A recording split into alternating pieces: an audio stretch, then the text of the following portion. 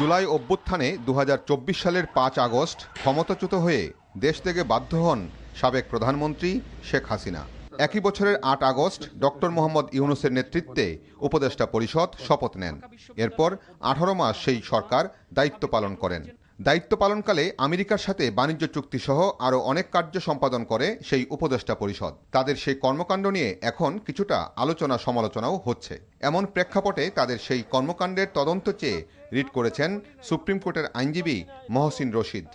একটা commission of inquiry চেয়েছি যে ইউনূস সাহেবের আমলে যা কিছু ঘটেছে একটা ইনকোয়ারি করতে। এই যে আমাদেরকে দাসত্বর মধ্যে নিয়ে গেছে আমেরিকার, বা এই যে টিকা বাচ্চারা মারা যাচ্ছে, কেন এইগুলি কিনা হয় না, এইসব টোটাল আমি সাপোর্ট করতে চাই যে আগামীতে যেন এরকম কিছু না হয়।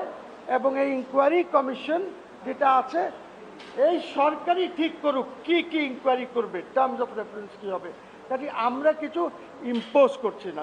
এদিকে হামের টিকাদান কর্মসূচি বাতিলে সাবেক অন্তর্বর্তী সরকারের সিদ্ধান্তকে ফৌজদারি অবহেলা উল্লেখ করে ডক্টর মোহাম্মদ ইউনূস সহ সংশ্লিষ্ট ব্যক্তিদের ভূমিকা তদন্তের নির্দেশনা চেয়ে হাইকোর্টে আরেকটি রিট দায়ের করা হয়েছে। আদম ব্যাপারে লাইসেন্স থেকে সবই দিয়েছেন, সে আর ধারাবাহিকতায় এই আমাদের জীবনের সাথে সম্পৃক্ত, যেখানে জিরো লেভেলে চলে গেছে হাম বাম যেটা, সেটাকে উনি বন্ধ করেছে শুধু প্রাইভেটের জন্য।